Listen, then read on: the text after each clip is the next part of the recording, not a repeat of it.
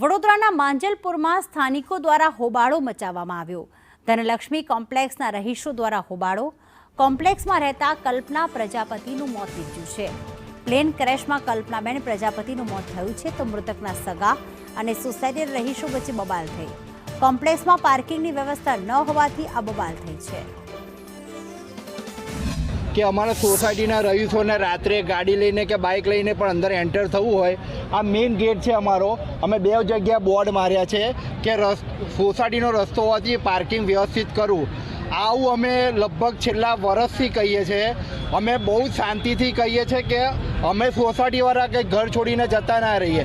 આ બધા કેવું કરે છે કે દુકાનમાં ધંધો કરે યોગ્ય છે, પણ દુકાનની બહાર લારી ઉપર રાખીને જે ભાડે જગ્યા એ લોકો ભાડું ખાય છે અને હેરાન અમે થઈએ છીએ। અને બીજું કોઈ પણ સારો ખોટો પ્રસંગ અમારી કોમ્પ્લેક્સમાં હોય, એમ્બ્યુલન્સે પણ આવવું હોય જવું હોય તો કોઈ પણ માર્ગ નથી મળતો।